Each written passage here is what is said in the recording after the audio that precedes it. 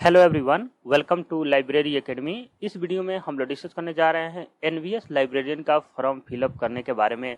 बहुत सारे स्टूडेंट को ये कन्फ्यूजन था कि हम लोग बिलीज का डिग्री कहाँ पे यहाँ पे जो ऑप्शन दिए जा रहे हैं एजुकेशनल क्वालिफिकेशन के बारे में डिटेल देने के लिए, वहाँ पे बिलीज का ऑप्शन नहीं है।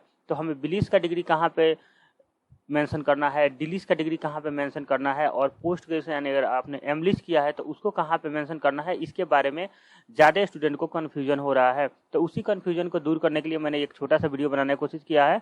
तो अगर आपको ये चैनल अच्छा लगता है तो आप चैनल जरूर सब्सक्राइब कीजिए, लाइक कीजिए। और अगर आप प्रिपरेशन करना चाहते हैं एनवीएस और केवीएस लाइब्रेरियन और वेरियस लाइब्रेरियन एग्जाम का, तो आपको लाइब्रेरी एकेडमी ऐप डाउनलोड करना चाहिए और वहाँ पे मैराथन कोर्स जाके ज्वाइन कर सकते हैं। उसमें सभी टॉपिक पे थ्योरेटिकल लेक्चर, 4000 क्वेश्चंस का एमसीक्यू टेस्ट सीरीज है और 4000 या 5000 एमसीक्यू डिस्कशन भी होगा। तो ओवरऑल आपका पूरा लाइब्रेरी साइंस का पोर्शन तैयार हो जाएगा। तो चलिए शुरू करते हैं लोग।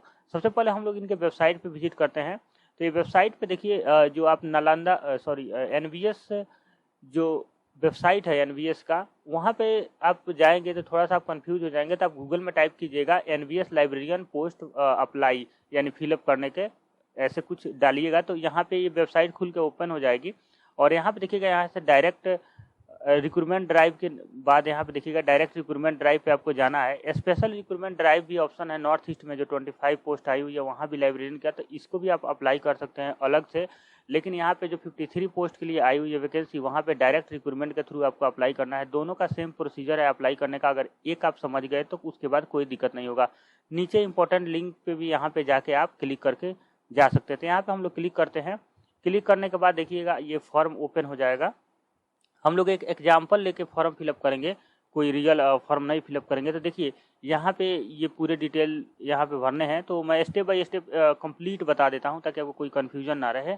तो यहाँ पे जैसे मान लीजिए कि नाम लिखना है तो ABC आपने लिख दिया, और यहाँ पे मिडिल नाम छोड़ देते हैं हम लोग। अगर आपका मिडिल नाम है तो आप लिख लीजिएगा, कुमार हमने यहाँ लिख दिया। मदर नेम में कुछ भी लिख दीजिए, DE कुछ भी, और यहाँ फादर नेम में भी आप कुछ भी डाल सकते हैं।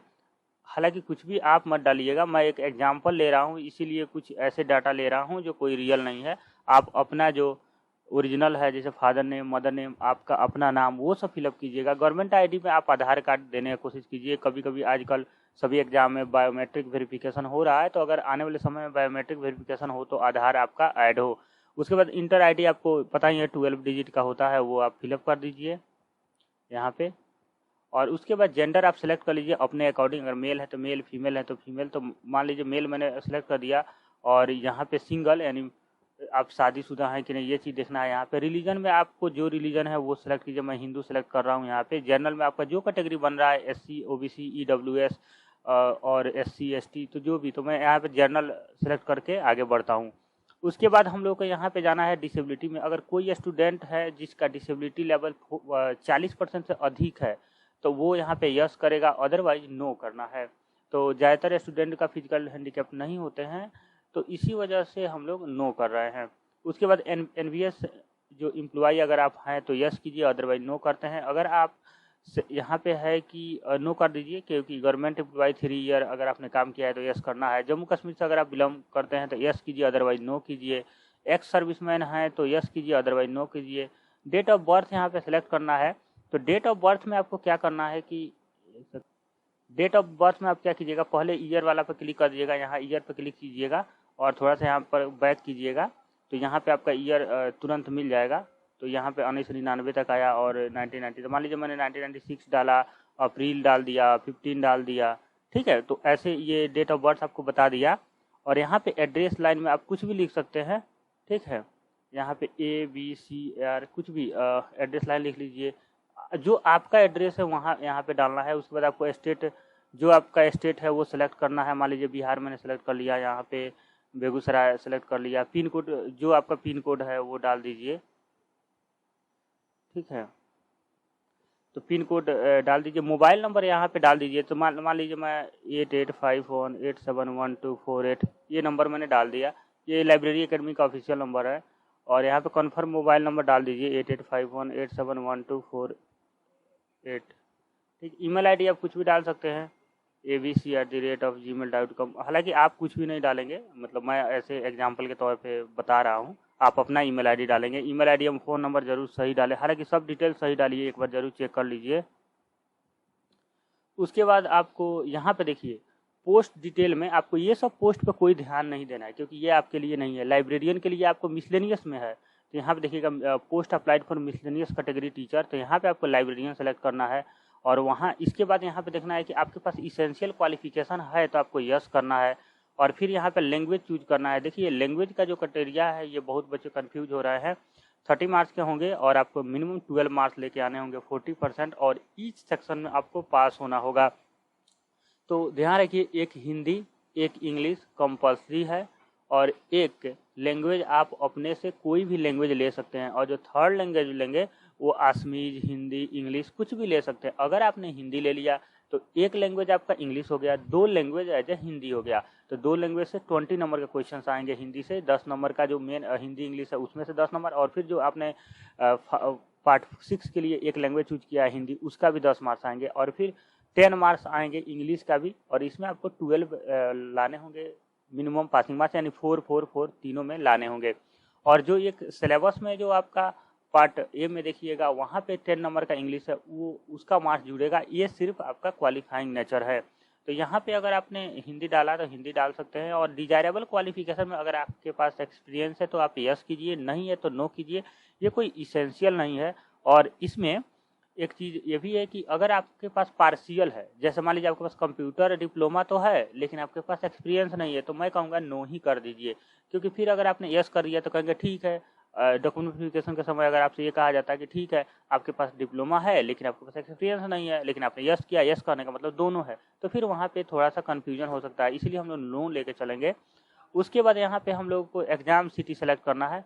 तो आपको एग्जाम सिटी सेलेक्ट करना है वो अपने अकॉर्डिंग यहाँ पे सेलेक्ट कर लीजिए। अपना स्टेट देख लीजिए, कौन सा स्टेट से आप बिलोंग करते हैं, वहाँ पे आपका कौन सा नज़दीकी है। जैसे अगर मान लीजिए बिहार पटना चूज करना हो तो सबसे पहले बी में जाइएगा, बिहार, और यहाँ पे देखिए बोधगया, पटना, दरभंगा सब जगह सेंटर रहते हैं, यहाँ पे सेलेक्ट कर लीजिएगा। उसके बाद यहाँ पे देखिए 10 डिग्री मंगाया तो ईयर ऑफ पासिंग लिख दीजिएगा। मान लीजिए हमने ईयर ऑफ पासिंग लिख दिया 10, और नेम ऑफ इंस्टीट्यूट मान लीजिए बी, जो भी बोर्ड है या इंस्टीट्यूट है वो आपको सेलेक्ट करना है। परसेंटेज यहाँ पे लिखना है, ठीक है। और फिर उसके बाद 12th डिग्री भी आपसे मांगा गया है कि कब आपने पास किया, फिर कौन सा बोर्ड है या कॉलेज है उसके बारे में आपको लिखना है। हालांकि ज़्यादातर बोर्ड लिखा जाता है तो आप बोर्ड लिखिएगा, किस बोर्ड से पास किए हैं, CBSE से किए हैं, बिहार स्कूलिंग एजुकेशन बोर्ड से पास किए हैं, कि कहाँ से पास किए वो चीज़ लिख दीजिएगा। और आप यहाँ पे डाल सकते हैं कि क्या आपका परसेंटेज है। फिर आप डिप्लोमा, अब देखिए यहाँ पे डिप्लोमा वाले क्या मतलब डिप्लोमा का क्या है कि अगर आपने कोई डिप्लोमा कोर्स किया है, मान लीजिए कि आपने इसमें डिलीस वाले भी फॉर्म अप्लाई कर सकते हैं, तो डिलीस यहाँ पे डिप्लोमा आप डाल सकते हैं डिलीस की जगह पे। और अगर ग्रेजुएशन करके डिलीस किया है तो फिर भी यहाँ पे डिप्लोमा डालिएगा। और फिर यहाँ पे ग्रेजुएशन करके अगर आपने डिप्लोमा किया है तो यहाँ पे डिप्लोमा वाला डाल दीजिएगा डिप्लोमा का सेक्शन में, और ग्रेजुएशन वाले सेक्शन में ग्रेजुएशन का डाल दीजिएगा। अगर 12th करके आपने सिर्फ डिप्लोमा किया है तो 12th करके डिप्लोमा कर दीजिएगा यहाँ पे, और ग्रेजुएशन को यहाँ पे फिलअप कर दीजिएगा। बीएड वाले खंड को छोड़ दीजिएगा। अगर आपने डिप्लोमा नहीं किया है, मान लीजिए अगर आपने सिर्फ सिंपल ग्रेजुएशन करके बिलीज किया है तो ग्रेजुएशन वाले में ग्रेजुएशन डालिएगा। जैसे BCA अगर आपने किया है या BA किया है, कुछ भी किया है फर्क नहीं पड़ता, तो BA अगर आपने किया है, ज़्यादातर स्टूडेंट BA करते हैं। और ईयर ऑफ पासिंग मान लीजिए आपका 2016 है तो यहाँ 2016 डाल दीजिए। अगर आपका कोई यूनिवर्सिटी है, मान लीजिए पटना यूनिवर्सिटी है मान लीजिए एग्जाम्पल के तौर पे, तो यहाँ पे पटना यूनिवर्सिटी डाल दीजिए। और आपका परसेंटेज क्या है वो यहाँ पे डाल दीजिए, ठीक है, यहाँ पे परसेंटेज डाल दीजिए। अब आपको पोस्ट ग्रेजुएशन में आपको नेम ऑफ डिग्री डालना है तो यहाँ पे बिलिस डाल दीजिए, या पूरा भी फुल फॉर्म लिख सकते हैं, bachelor of library and information science. मैं आपको एग्जांपल के तौर पे बिलिस लिख देता हूँ, आप पूरा लिख दीजिएगा bachelor of library and information science. यहाँ पे बैचलर ऑफ आर्ट्स, सब कभी भी फुल डिटेल दिया जाता है ताकि कोई भविष्य में जाकर कोई दिक्कत ना हो। और उसके बाद अगर आपने मान लीजिए 18 में पास किया तो 18 यहाँ पे डाल दीजिए। और अगर जिस यूनिवर्सिटी से आपने पास किया, मान लीजिए आपने DU से किया है तो DU से कर दीजिए। और आपका जितना भी परसेंटेज बना है वो आप यहाँ पे फिलअप कर दीजिए।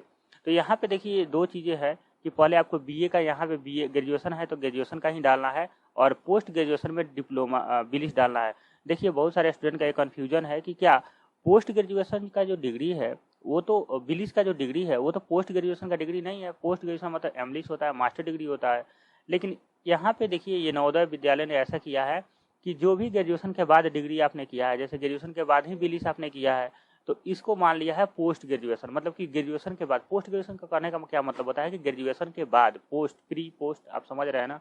तो इसका मतलब कि आपका ग्रेजुएशन जो बिलिस है वो पोस्ट तो नहीं है, पोस्ट ग्रेजुएशन डिग्री तो नहीं है, लेकिन आपने बिलिस जो किया है वो बीए के बाद किया है, यानी बीए के बाद ही किया है, इसलिए बिलिस का ऑप्शन नहीं है। तो आपको पोस्ट ग्रेजुएशन में बिलिस डालना है। अगर आपने एमलिस किया है तो एमलिस का डिग्री नहीं डालना है कहीं भी, क्योंकि यहाँ पे कोई ऑप्शन नहीं है और एमलिस मांगा भी नहीं गया है, तो एमलिस का डिग्री नहीं है। अगर कुछ एडिशनल क्वालिफिकेशन का यहाँ पे ऑप्शन होता तो हम लोग एमलिस वहाँ पे डाल सकते थे, लेकिन ये जो फॉर्मेट बनाने वाले हैं उनको ये चीज़ ध्यान में रखना चाहिए था।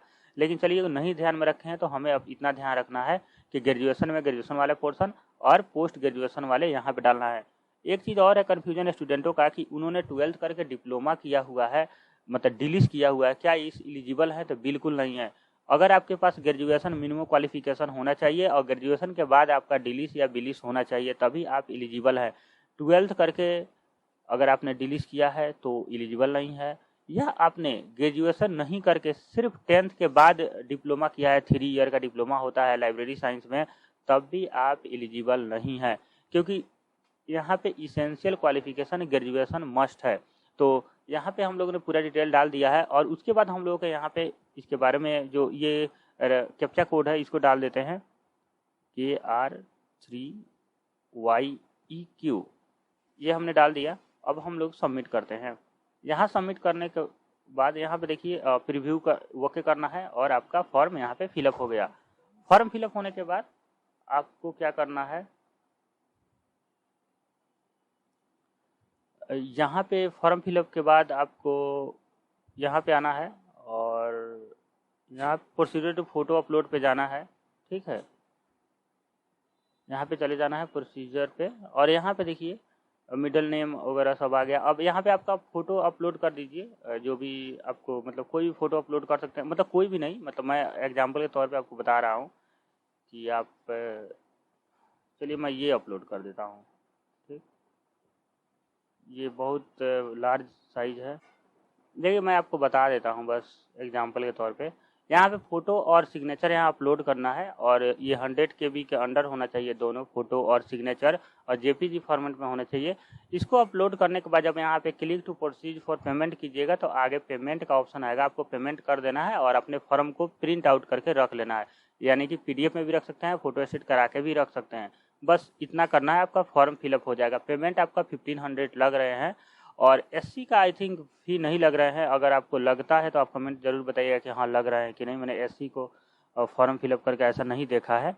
तो ये था पूरा डिटेल फॉर्म फिलअप का। अगर आप प्रिपरेशन करना चाहते हैं NVS KVS का तो आप लाइब्रेरी एकेडमी पे जाइए, वहाँ पे मैराथन कोर्स अवेलेबल है, वहाँ पे ज्वाइन कर लीजिए। उसके बाद भी आपको कोई डाउट होता है तो आप पूछ सकते हैं कमेंट बॉक्स में, लेकिन मुझे नहीं लग रहा है कि आपको कोई इसके बाद डाउट होने वाला है, क्योंकि सभी चीज़ स्टेप बाई स्टेप मैंने कराने का कोशिश किया है। थैंक यू फॉर वॉचिंग, मिलते हैं नेक्स्ट लेक्चर में।